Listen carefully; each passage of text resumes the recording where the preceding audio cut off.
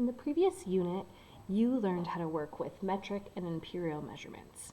In this unit, what we're going to do is learn how to determine these measurements. So using a ruler or a tape measure, how can we actually measure objects to determine their precise measurements? So we're going to focus in this unit on measurements for length, so determining distances or widths or heights, which are called linear measurements.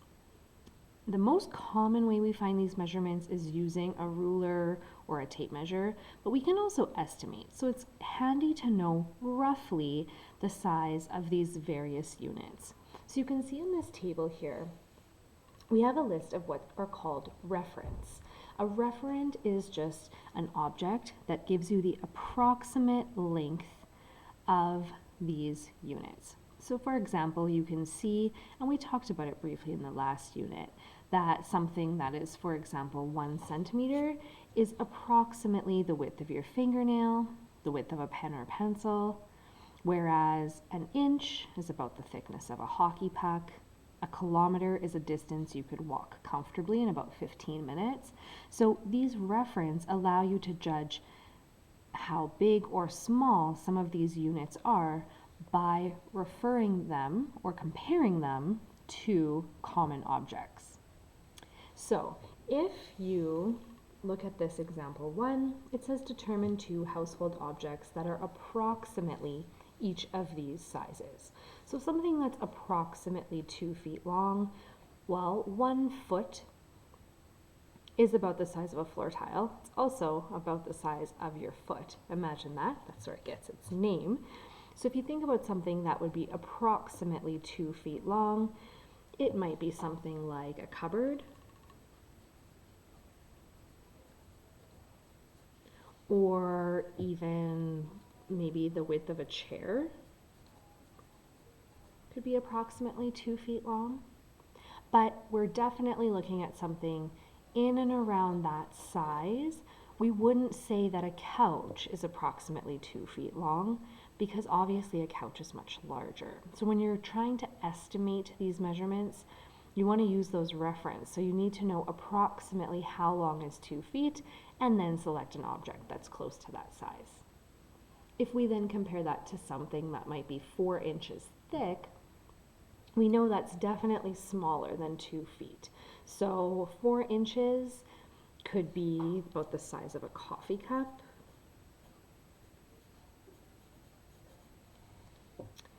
You could also have maybe a container of, or like a storage container, like a Tupperware container, right, that you could fit like a sandwich in. That could be about 4 inches wide. And if we think about 12 centimeters wide, well, 12 centimeters is almost half of a ruler. So for something that size, you might have something like a picture frame.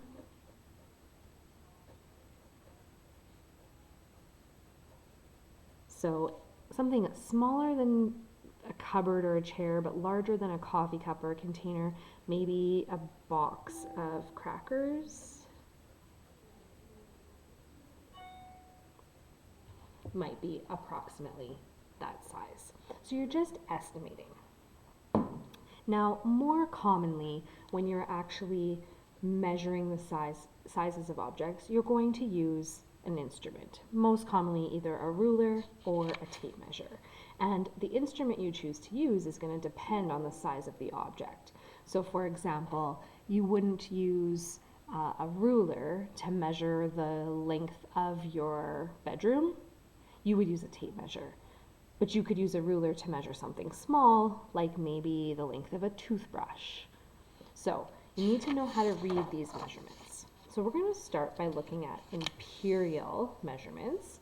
Remember, imperial measurements are not a decimal system. So when we're using or measuring using imperial units, we will most commonly measure in whole units and fractions. So something like 2.5 inches, or 10.5 feet, or 10 feet 6 inches. We don't generally say 1.72 inches. We don't usually use a decimal. So because we're working in fractions, most measuring tapes and rulers are divided into, each unit is divided into sixteenths. Sixteenths is a pretty standard level of precision when it comes to something like a tape measure. So what you'll see in here is you've got 16 increments along this ruler. So if you were going to measure, you could say that something is 1/16 or 2/16, 3/16, 4/16, etc. But something important to note is that those fractions can oftentimes be reduced. So because you're working in sixteenths, 1/16 can't be reduced, but 2/16 could be reduced to 1/8. So you have 1/8 of an inch. 3/16 can't be reduced. 4/16 reduces to 1/4. And you could keep counting up. For example, here 8/16 would be equal to 1/2. So you always want to reduce those fractions. Now you'll notice here that the increments are of varying lengths. So you'll see that these tick marks are slightly different in length. And what you can generally see on a ruler or a tape measure is that the second longest tick mark is going to be the 1/2 mark. And then these next shortest ones are all eighths, and the smallest ones are your sixteenths. So that's just helpful. That way when you're looking at a ruler, it just makes it a little bit easier to count your increments. So if we look down here at this example 2, we're looking to determine the measure of each of these letters. So if we look at A, for example, you can see here that you are 1, 2, 3, 4, 5, 6, 7, 8, 9 increments in, and those smallest increments there are sixteenths. So 9/16 of an inch, and that fraction cannot be reduced. If we look at B, for example, well, we were at 9, 10, 11, 12, 13, 14/16.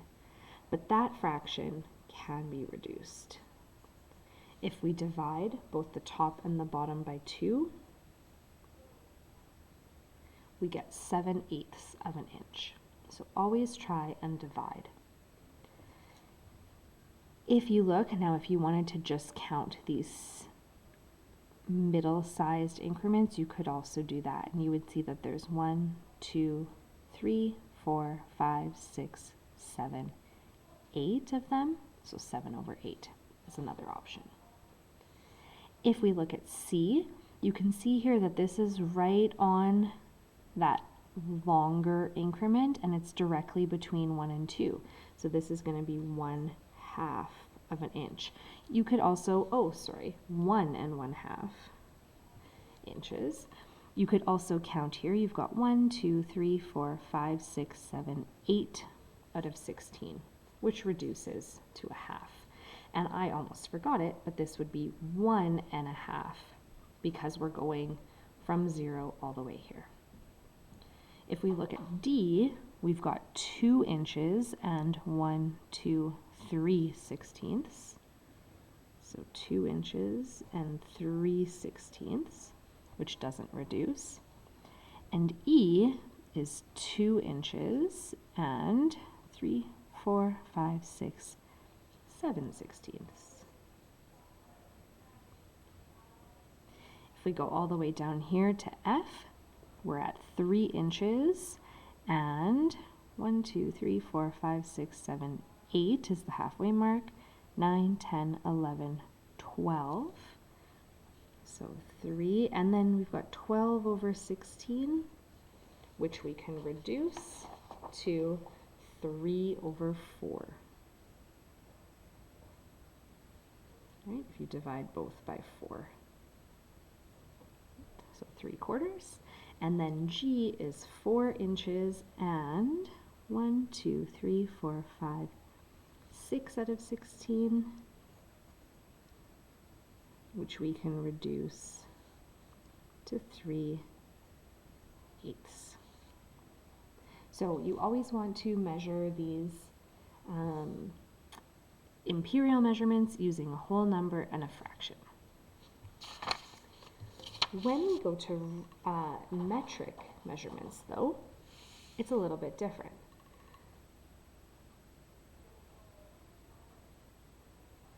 Oh, sorry, I jumped ahead a little bit. We're still in imperial here.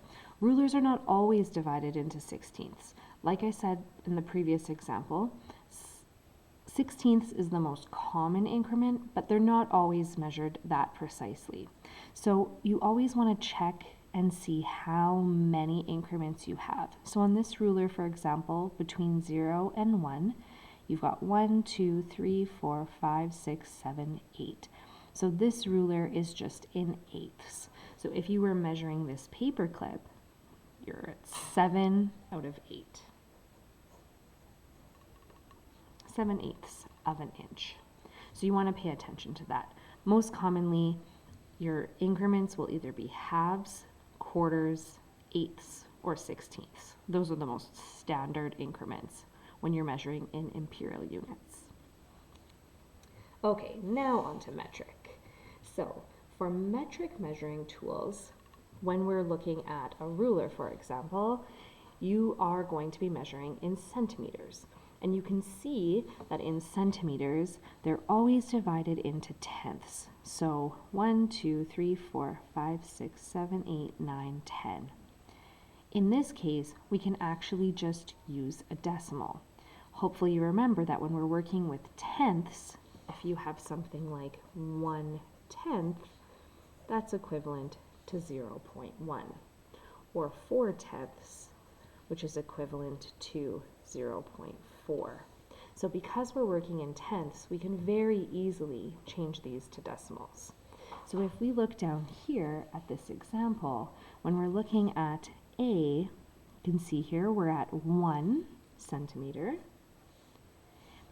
And then 1, 2, 3, 4, 5. We're halfway through. So we would say this is 1.5 centimeters.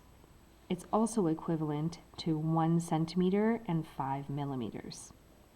But decimals are the most common way that we express metric measurements.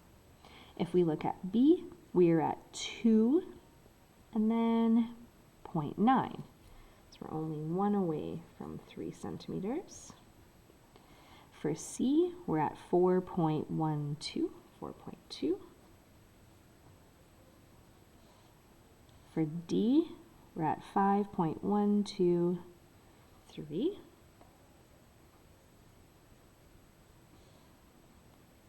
For E, we're at 6 point.